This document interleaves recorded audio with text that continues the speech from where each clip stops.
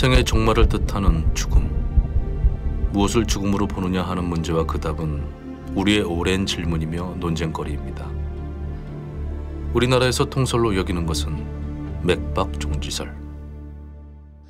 옛날에는 호흡 중지만 갖고서 죽음을 판단했다가 18세기에 청진기가 나오면서부터 심장 중지를 죽음의 판정 기준으로 삼았죠.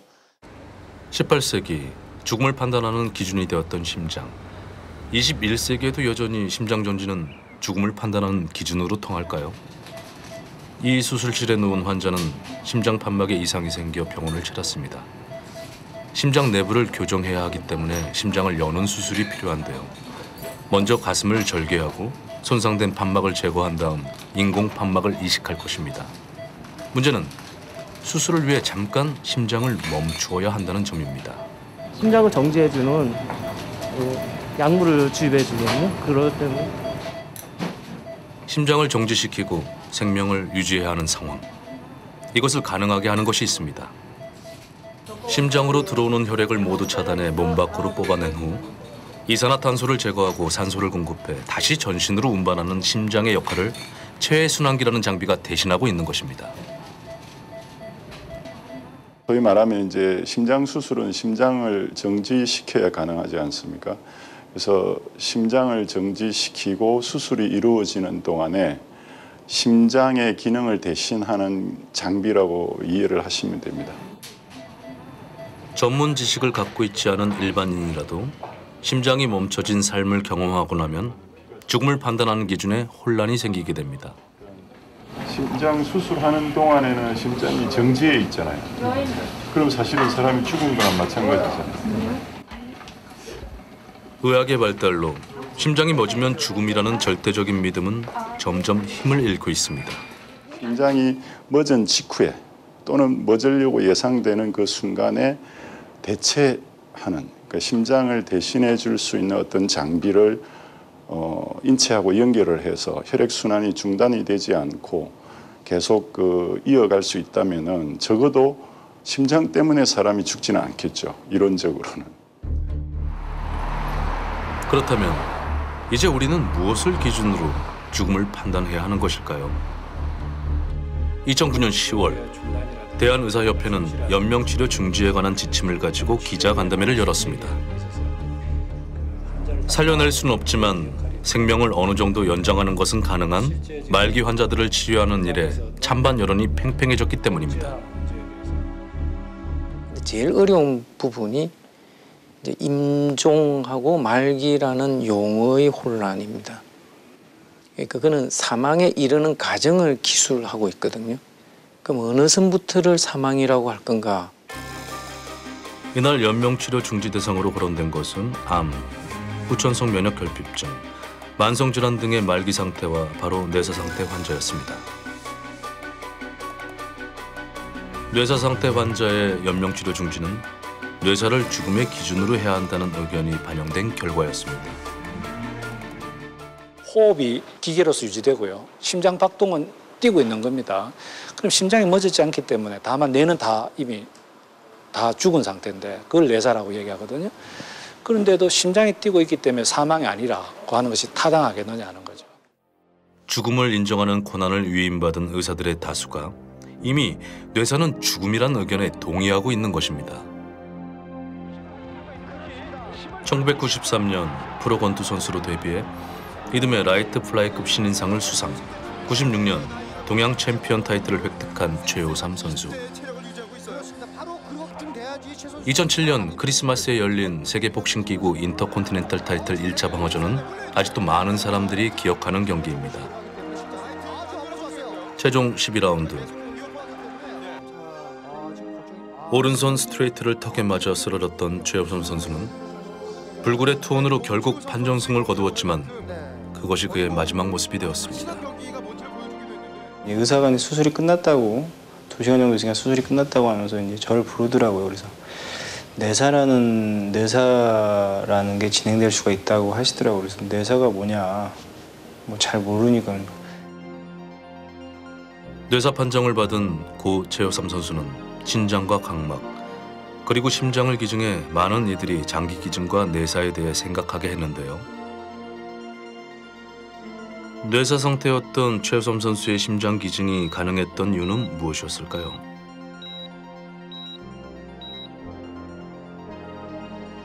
그것은 우리 법률이 뇌사를 이미 죽음의 판정 기준으로 보고 있다는 의미일까요?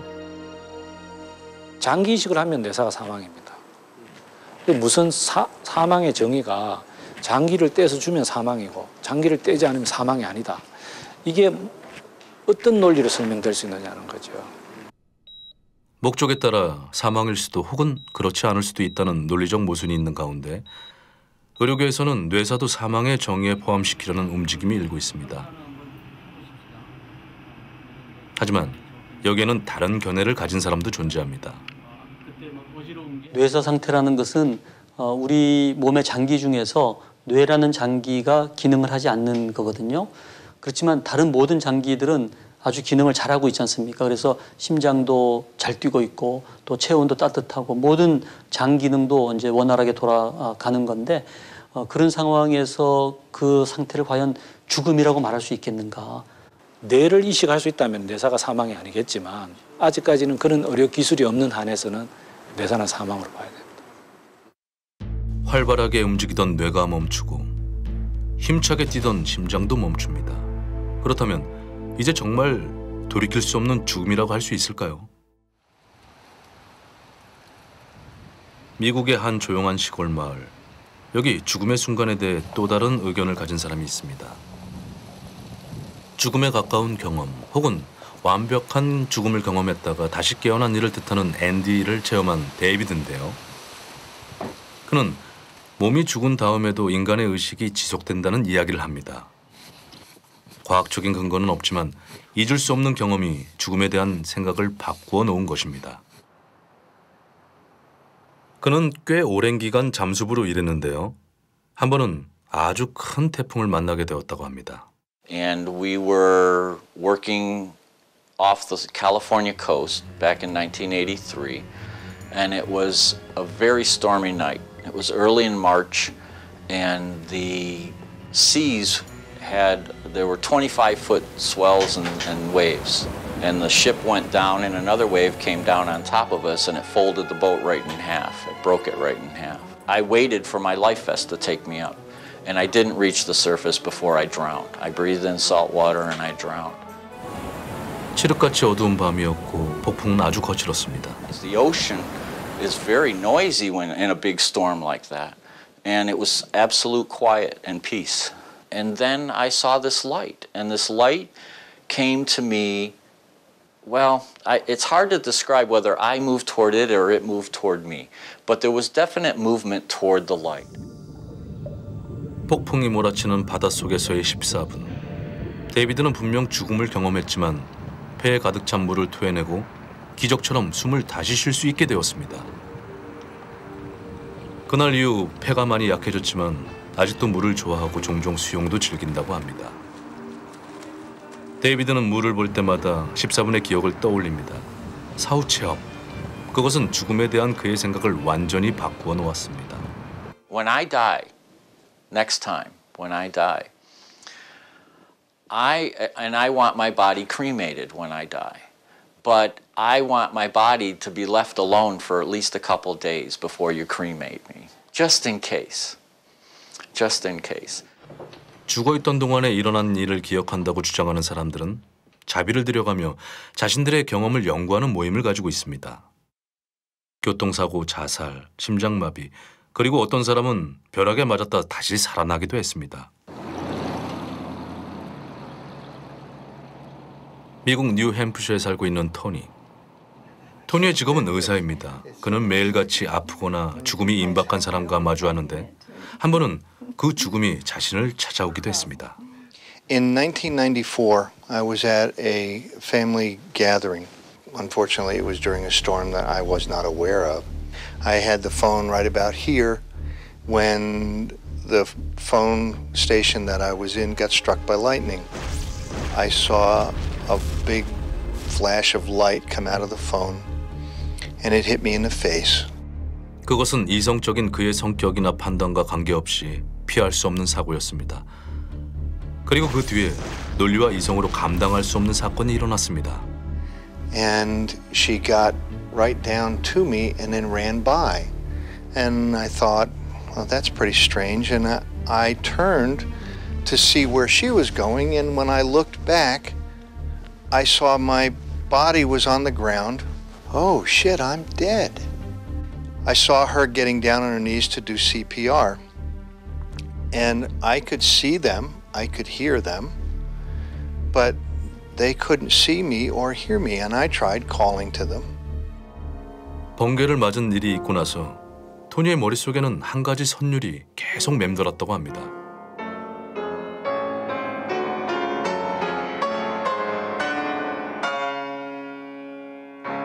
번개 소나타라고 이름 붙인 이 곡이 바로 그 음악입니다. 토니는 그전에 한 번도 제대로 피아노를 쳐본 일이 없었지만 지금은 음반을 발매한 작곡자이자 연주자가 되었습니다. If your heart stops or you have no brainwave activity, you are quote unquote dead. But clearly, I do believe that's going to evolve, that's going to change. We have to accept some definition, but yet I think that definition should be challenged. And as we learn more about near-death experiences and what death is or is not. 토니는 죽음을 경험한 후 연주와 작곡이라는 새로운 능력을 갖게 되었다고 말하지만 이 역시 과학적으로 설명하기 어려운 일입니다.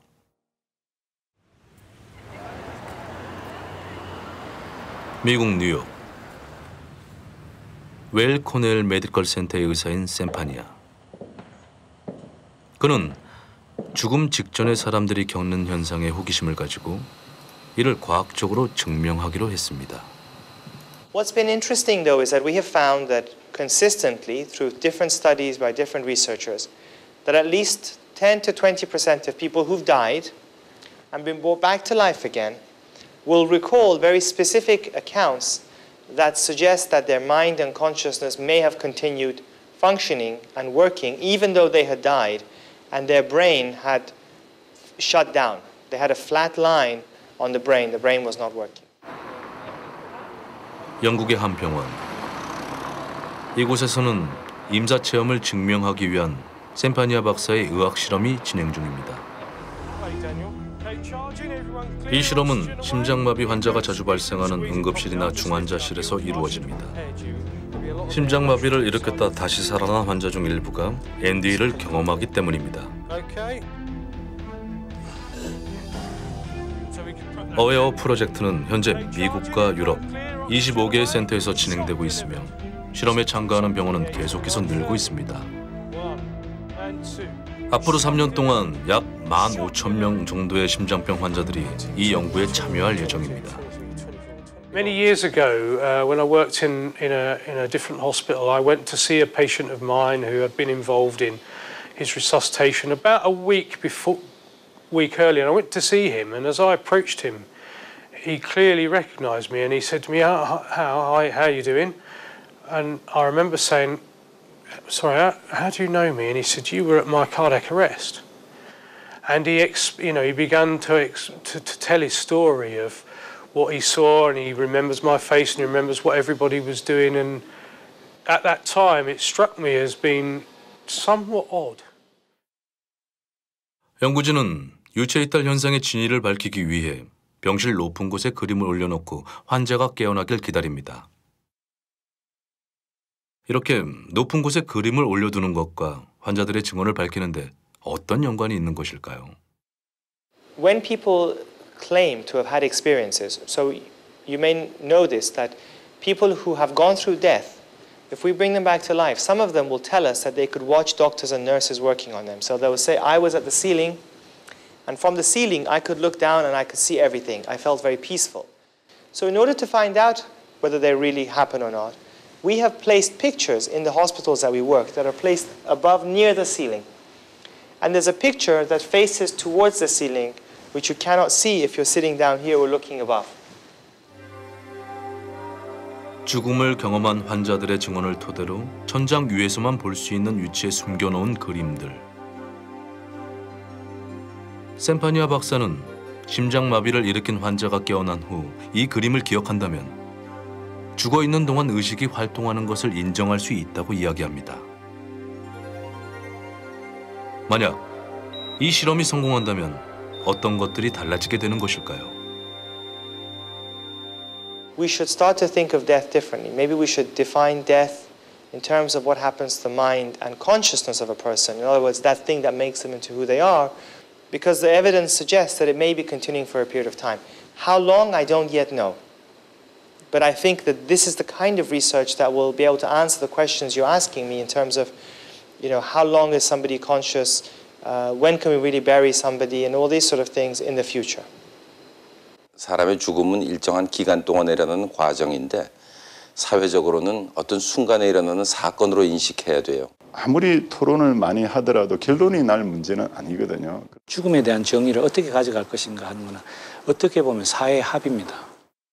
무엇을 죽음이라고 부를 수 있는지 그 정확한 해답은 아직도 밝혀지지 않았습니다. 죽음의 정의가 새로워지는 역사 속에 살고 있는 우리는 이제 어느 곳을 죽음의 다음번 지점이라고 짐작할 수 있을까요? 그리고 죽음을 판단하는 기준은 앞으로 얼마나 더 바뀌어 갈까요?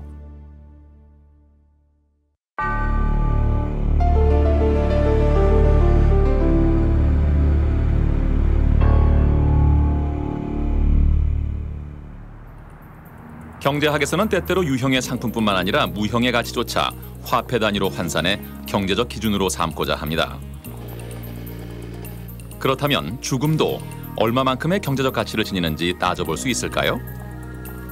제 생명의 가치요? 한 50억? 7천만 원? 100억? 글쎄요, 한 1억 정도면 좀 많지 않을까요? 생명의 가치를 계산하는 일. 보험사는 오래전부터 이 문제를 고민해왔습니다. 현재 보험사는 일정한 공식에 따라서 사망보험금을 산출하는데요. 교통사고로 인한 사망의 경우 사람에 따라서 몇 천만 원에서 수백억 원까지 차이가 납니다. 사망보험금을 결정하는 세 가지 요인 가운데 가장 큰 변수가 되는 일실 수입 때문입니다. 일실 수입은 피해자가 노동력을 상실해 잃은 소득을 뜻합니다. 다만 이제 일실 수입은 그 사람이 달달이 얻을 수 있었던 그 소득 곱하기 남아있는 그 가동 연한까지의 개월 수에 따르는 개수를 곱해서 산정을 하고 있는데요. 일실 수입. 하지만 일실 수입을 계산하는 근거인 소득과 가동 연한의 기준에는 많은 논란이 있습니다. 몇 해 전 새벽 60대 노인이 자동차에 치여 목숨을 잃었습니다. 그에게 책정된 사망보험금은 고작 4천만 원. 경비를 하시다가 새벽에 출근하다가 이제 사망한 분이었는데, 교통사고로 사망한 분이었는데, 이분 같은 경우는 이미 가동 연한이 다 지나서 경비를 했기 때문에 과연 그 경우에 더 이상 가동 연한을 늘려서 일을 더 하리라고 이렇게 인정하기가 좀 쉽지가 않습니다. 직업이 있었지만 이미 정년이 지난 나이였기 때문에 최저 금액을 받은 것입니다. 그런데 법에서 정한 정년의 기준은 다방 종업원은 35세, 프로야구 선수는 40세, 변호사는 70세로 직업마다 큰 차이가 있습니다. 이 때문에 일실 수입에 대한 논란이 끊이지 않는 것이지요. 사망보험금을 결정하는 또 다른 요소인 위자료는 피해자의 가족이 입은 정신적 고통을 금전적으로 배상해야 하는 것이기 때문에 논란이 됩니다. 2005년 8월 제주도 서귀포시 4살 어린이가 지나던 승용차에 치여 중상을 입었습니다.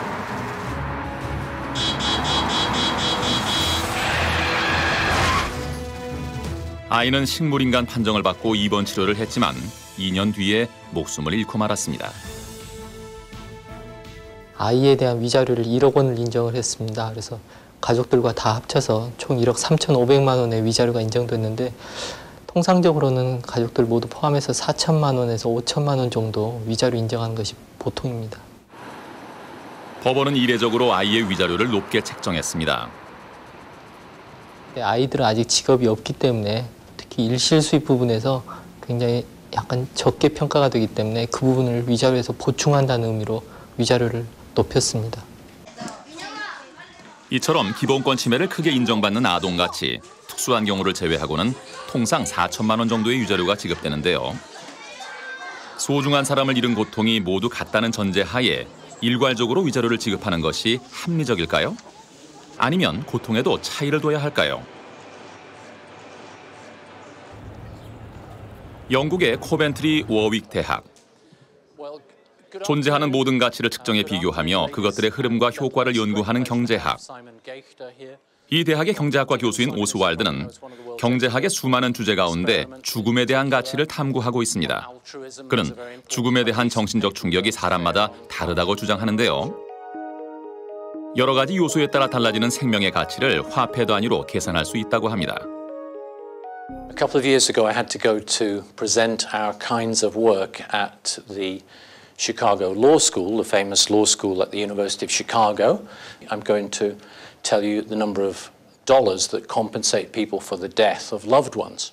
As soon as I said that, there was a forest of hands from the audience, all these often very famous lawyers and elite researchers objecting. Their hands were up. They were saying, you can't do this scientifically. How would this be possible? It's the kind of thing that you might expect God, if you believe in God, to do. But research economists like me, or even psychologists and medical statisticians, some argued there, they cannot do that. 죽음에 대한 정신적 고통을 화폐 단위로 환산한 그의 연구에는 무려 10,000여 명의 영국인이 참여했습니다. Thank you very much. Have you felt capable of making decisions about things in the last week? Again, on a scale. Yes, I'd say 9, actually. Okay, 9 out of 10. 스스로 느끼는 행복 지수를 묻는 항목에 정확한 숫자로 대답해야 합니다. On a scale now from 1 to 10, I want you to think about how satisfied you are with your own life overall. 여러 해에 걸쳐 다양한 영국인들을 대상으로 이러한 연구가 진행됐습니다. Well, on some years, when we go back, somebody in the household has died. And we see how much lower they mark on their happiness score sheets, or else they mark higher on a mental, psychological or psychiatric ill health score. We use those as well, medical scores also. And in this way, although every person is different, of course, by averaging across these movements up and down, these mental well-being score sheets, then we get a sense for how the typical person is influenced by a death. 결과는 놀라웠습니다. 죽음은 남겨진 사람의 행복에 영향을 주었고 그로 인한 정신적 고통은 사람마다 큰 차이가 있었던 것입니다. This shows us how much people's psychological distress increases from one year to another. We're following these people through time. The biggest losses psychologically on humans come from the deaths of their partners, their husbands or wives, or those they live with. 부모와 자녀, 배우자의 사망에 따른 정신적 고통을 0부터 7로 표현할 때 배우자의 사망이 가장 높은 수치를 나타냈습니다. 사망 이전 느꼈던 행복을 다시 회복하기 위한 금전적 보상은 연간 최저 2천만 원에서 최고 2억 1천만 원에 이르는 차이를 나타냈습니다. 이는 결국 사망에 따른 위자료에 차이가 있어야 한다는 것입니다. 그는 왜 이런 도발적인 연구를 감행한 것일까요? 경제학자라고 해서 아무런 감정 없이 사람의 생명을 계산할 수 있는 것은 아닐 것입니다. I know it sounds very cold-hearted, like I'm a kind of accountant, an emotional accountant. I know it sounds cold-hearted, but in principle this gives you a way of measuring the losses from the death of a friend, your wife or husband, a child, your own parent, and so on. Why am I doing this? I would remind you that every day around the world, judges and juries have to put dollar values on these amounts. So they have to make some sort of emotional judgment, and we would like to think that we're doing something valuable as well as scientifically interesting by getting an exact and objective way to try to help the courts. 죽음에 대한 경제적 가치는 국가 정책의 큰 변수로도 작용합니다. 누적 승객 수만 450억 명에 달하는 서울의 대표적 교통수단인 지하철. 지하철에서는 연간 30명 정도의 사람이 다치거나 목숨을 잃기도 합니다. 이런 사고를 줄이고자 설치된 스크린 도어로 안전사고는 완전히 사라졌다고 합니다. 100%의 안전을 보장한다는 스크린 도어. 하지만 생명에 대한 경제적 가치를 환산할 방법을 찾을 수 없어 이 스크린 도어의 도입은 쉽게 이루어지지 않았습니다. 워낙 많은 예산이 들어가다 보니까 그거를 이제 어떻게 조달하느냐. 또한 이제 그 예산을 투입한 만큼 그만큼 효과가 있는 거냐. 뭐 이렇게 이제 생각하시는 분들도 있고. 어느 국가도 어느 정부도 예산이 남아도는 나라는 없거든요. 다 부족합니다. 그렇기 때문에 사업을 가려서 해야 되는데 어려운 선택을 할 수밖에 없는 것이죠. 근데 그랬을 때 이런 이 환경이나 의료나 또 안전, 보건 정책 같은 경우에 있어 그런 기준점들이 분명하다면 정부 정책의 우선순위를 결정하는데 큰 도움이 될 수가 있는 거죠. 오늘 다 마무리하기로 했잖아요. 스크린도어 공사에 든 비용은 약 1,700억 원. 109 지금 바로 이 금액에 매년 죽거나 다칠 수밖에 없던 30명의 생명에 대한 가치가 포함됐던 것입니다. 시멘공사 일부 들어가는 그 안전사고 예방, 특히 안전사고 이제 자살이 굉장히 많은 비율을 차지하고 있는데 과연 그런 부분에 대해서 이제 자살 예방이 되니까 그런 부분에 대해서 경제적인 가치가 얼마나 되겠느냐 그때는 사실 못 찾았습니다. 논란을 떠나 앞으로의 정책 결정을 위해서라도 어떤 기준이 필요한 것은 사실입니다. 생명의 가치를 계산하는 것은 보험사와 국가만이 하는 일일까요? 경제학에서는 개인 모두가 일상생활에서 생명의 가치를 판단한다고 이야기합니다. 위험한 스턴트 연기를 하는 차재선 씨도 그런 경우인데요. 드라마처럼 막 기절하는 경우가 있으니까. 경기도의 한 드라마 촬영장. 차재선 씨가 큐사인을 받고 도로 위를 달립니다.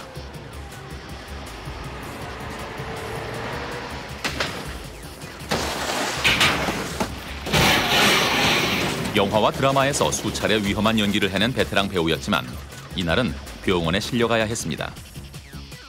저희들은 보험도 안 돼요. 보험회사에서 그 스턴트 하는 사람이라면 보험도 전혀 안 들어줍니다.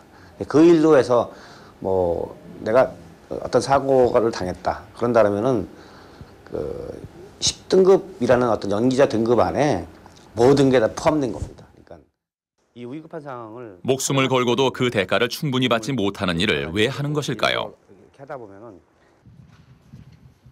경제학은 이를 개인의 가치 판단에 따라 행동 방향이 달라지기 때문이라고 보는데요.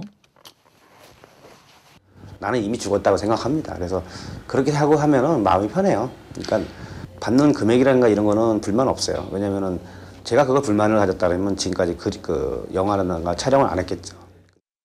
이제 경제학에서 뭐 죽음의 가치를 돈으로 매긴다, 뭐 사람의 생명을 돈 가치로 매긴다 이런 얘기를 들으면 일단은 드는 게 거부감이죠. 어떻게 이 존엄한 인간 생명을 돈으로 계산할 수 있느냐? 참 경제학은 못된 학문이다. 뭐 이런 식의 이제 생각을 우리가 순간적으로 가질 수가 있는데 실제로 사람들이라면 예외 없이 그런 식의 생각을 의사결정을 하면서 매 순간 살고 있습니다. 혹시 이런 경험은 없으신가요? 1,000만 원짜리 계약 약속에 늦은 이 사람, 잘못하면 계약이 날아갈지도 모릅니다. 엑셀을 힘차게 밟고 가속을 합니다. 이 순간 자신의 생명을 1,000만 원보다 가벼운 가치라고 느끼는 것은 아닐까요? 그렇다면 당신은 어떻습니까? 당신의 생명은 여전히 무한대의 가치를 지니고 있습니까? 생명의 가치를 화폐 단위로 측정하는 것은 과연 올바른 일일까요? 우리는 이 물음에 선뜻 대답할 수는 없습니다. 하지만 죽음이 누구에게나 찾아오고 어쩔 수 없이 계산되는 현실이라면 그 가치를 좀 더 합리적으로 계산할 수 있는 방법을 찾아야 하지 않겠습니까?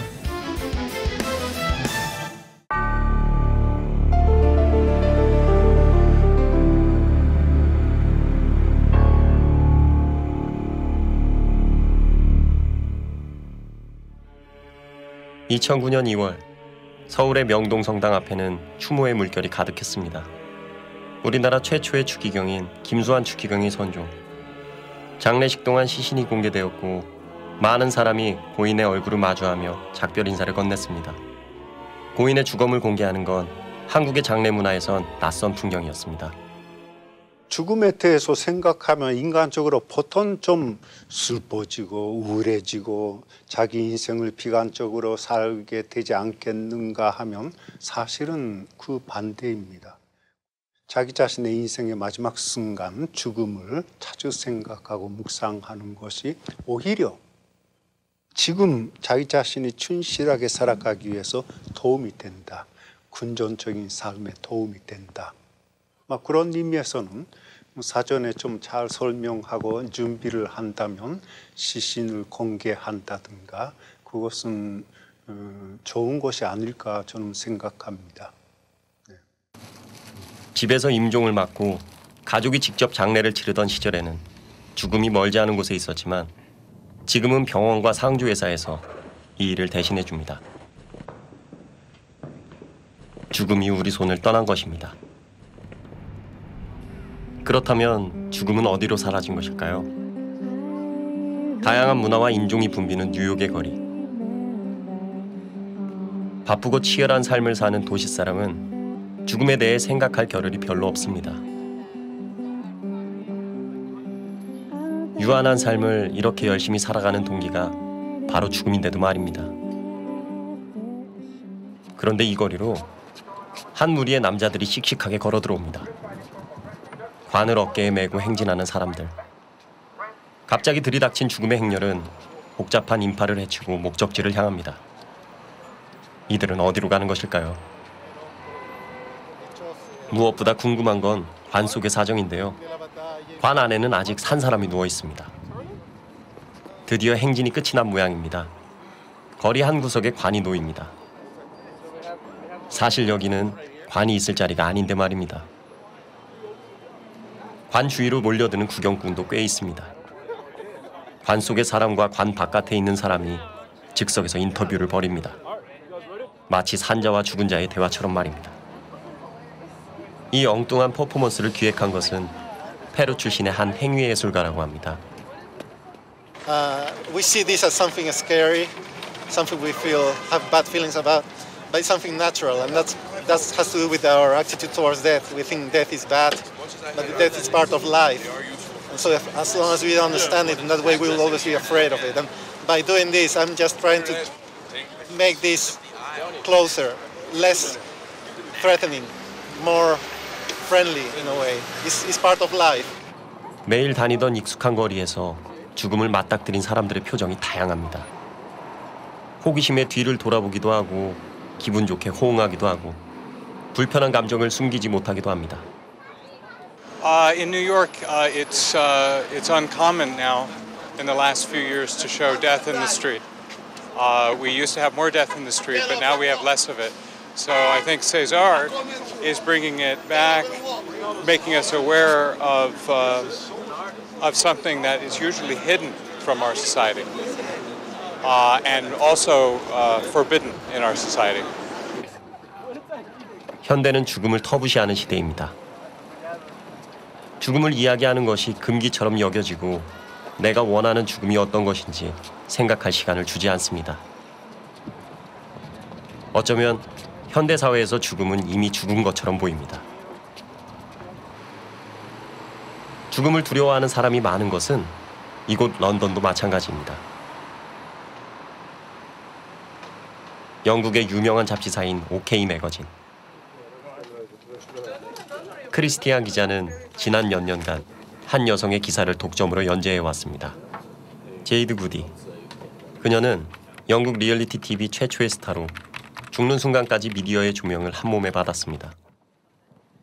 마약에 중독된 어머니 밑에서 자라 제대로 된 교육을 받지 못했던 제이드 구디는 2002년 리얼리티 프로그램인 빅브라더에 출연하게 되었습니다. 빅브라더는 평범한 사람들을 모아 그 안에서 일어나는 일을 그대로 보여주는 프로그램입니다. 제이드 구디는 통통한 외모의 저돌적인 성격, 기본적인 상식조차 없어 보이는 무식한 언사로 비난을 받기도 했지만 아이러니하게도 그 때문에 인기를 얻었습니다.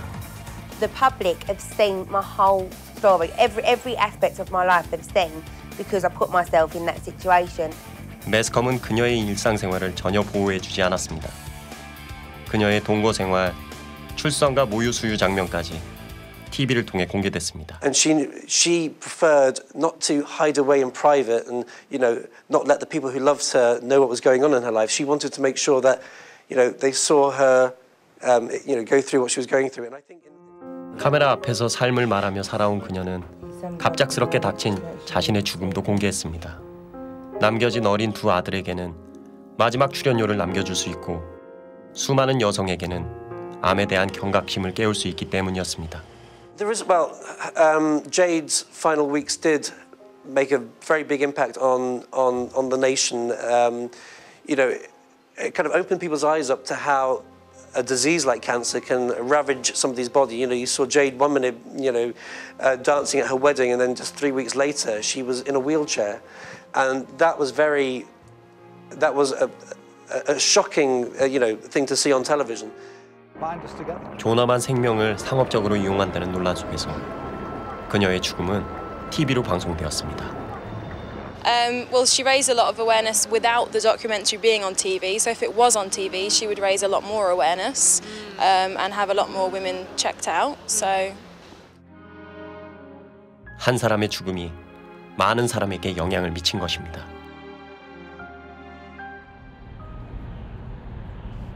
2008년 독일. 죽음을 주제로 열린 전시가 유럽 전역에 큰 반향을 일으켰습니다. 죽음 전의 삶이라는 이름의 이 사진전은 호스피스 병동 환자들의 모습을 담았습니다. 같은 사람이 그저 눈을 감고 있는 것처럼 보이지만 사실 한 장은 죽은 직후의 모습입니다. 죽음을 생각할 기회가 없는 많은 사람들이 이 사진전을 통해 아름다운 작별과 자신의 마지막을 생각했습니다. 사진을 찍은 작가 발터 쉘스는 죽음에 대한 두려움과 호기심 때문에 이 작업을 하게 됐다고 합니다. 그는 오래된 책에서 죽은 이의 얼굴을 보고 의외로 표정이 편안해 보인다는 생각을 하게 됐다는데요. 죽은 사람의 표정에 대한 호기심은 곧 사진 작업으로 이어졌고 또 책으로도 출판됐습니다. 이 사진들로 지금은 유명 인사가 되었지만 처음에는 사진들을 공개할 생각이 없었다고 합니다. Diesem Projekt, da war ja hier der ganze Boden immer voll mit Bildern. Und wenn da Leute zu Besuch kamen, dann habe ich die abgedeckt mit meinen Kartons, ja, damit ich niemanden erschrecke. Also das hat lange gedauert, bis man sich daran gewöhnt und dass man sich selber erlaubt, das zu zeigen. Das war immer so mehr versteckt. Ja, man ist es nicht gewohnt, ja, und das war auch etwas, was ich überwinden musste. 발터 쉘스는 인물 사진을 주로 찍습니다. 그는 오랜 시간 직업과 나이가 다른 다양한 사람들의 얼굴을 만나왔습니다. 하지만 죽은 사람을 찍는 것은 매우 두려운 일이었습니다. 처음으로 찍어야 했던 죽은 아기의 얼굴은 그에게 다가가기조차 힘든 어두움이었습니다. Und ich habe mich nicht nah herangetraut. So ein Babykopf ist so klein, man muss so nah rangehen, um nur den Kopf zu kriegen. Und das war ich auch irgendwo zu, wollte ich nicht. Ja. 그의 두려움은 사진에 그대로 드러났습니다. 아기가 살아있을 때 찍은 사진과 죽은 다음의 사진은 너무 다른 느낌이었고 결국 사진을 다시 찍어야 했습니다. Und dann sind wir wieder umgekehrt, sind wir wieder zurück und mussten wir nochmal bitten, ob wir nochmal fotografieren dürfen und haben nochmal alles aufgebaut und dann habe ich das Foto gemacht, so wie es jetzt im Buch ist. Ja, also da musste ich auch meine Hemmungen und meine Angst überwinden, um nahe ranzugehen, um das so zu machen. Ja, aber das sind alles so Erlebnisse. 그렇게 이 사진이 세상 밖으로 나오게 된 것입니다. 전시와 책에는 사진뿐 아니라 주인공들의 사연이 담긴 글이 실려 있습니다. 그 글을 쓴 것이 바로 베아테 라코타입니다. 그녀는 이 프로젝트를 시작하기 전에 단 한 번도 죽은 사람을 본 일이 없었다고 합니다. 하지만 프로젝트가 진행된 3년 동안 그녀는 수많은 죽음을 가까이서 경험했습니다. 불멸이라는 뜻의 이름을 가지고도 너무 짧은 삶을 산 아기 엘미라. 잃어가는 기억을 죽음보다 두려워했던 하이너. 같은 병으로 서로를 알아보는 것도 힘겨워했던 아들과 엄마. 이들의 마지막 모습은 이제 생생한 기억으로 남게 되었습니다. Es gibt eine Frau, die mochte ich besonders gern, Beate Taube. Die war etwa in meinem Alter und sie hatte 4 Kinder und sie hatte große Angst vor dem Abschied nehmen von ihren Kindern. Sie war sehr schwer krank, sie hat sehr gelitten und eigentlich hat sie gesagt, sie hat keine Angst vor dem Sterben oder vor dem Todsein, aber sie hat Angst vor von ihren Kindern Abschied nehmen zu müssen. Und sie hatte deshalb gewollt, dass niemand bei ihr ist, wenn sie stirbt. 그녀의 임종을 통해 죽음은 더 이상 낯설지 않은 것이 되었습니다. Da habe ich sie noch mal in den Arm genommen und habe mich von ihr verabschiedet. Das ist eine Erfahrung gewesen, das hätte ich am Anfang dieses Projekts nicht machen können. Am Anfang war für mich die Begegnung mit den Toten und mit den Gestorbenen, mit den toten Körpern, das war sehr schwierig, schockierend, weil wir sowas normalerweise in unserem Alltag nicht erleben. Aber man gewöhnt sich daran und dann sieht man, dass der Mensch, der da tot im Bett liegt, doch eigentlich immer noch der gleiche ist wie vorher. Immer noch die Person, die man gemocht hat. Und so habe ich mich von Beate Taube verabschieden können. Das war eine sehr schöne Erfahrung.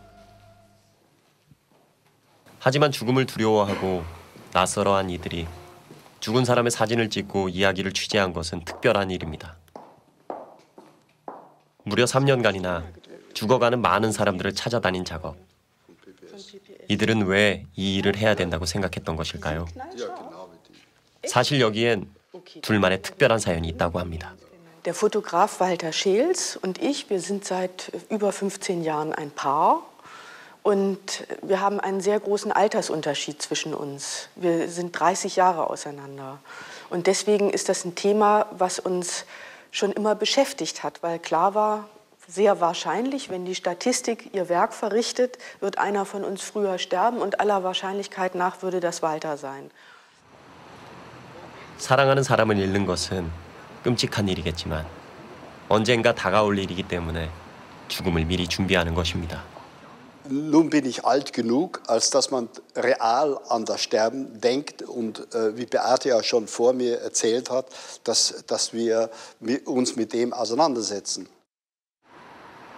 사실 이 작업으로 누구보다 큰 결실을 얻은 것은 작업을 해낸 당사자인 이들입니다. 죽음은 여전히 두려운 일이지만 죽음을 바라보는 시각은 완전히 달라졌습니다.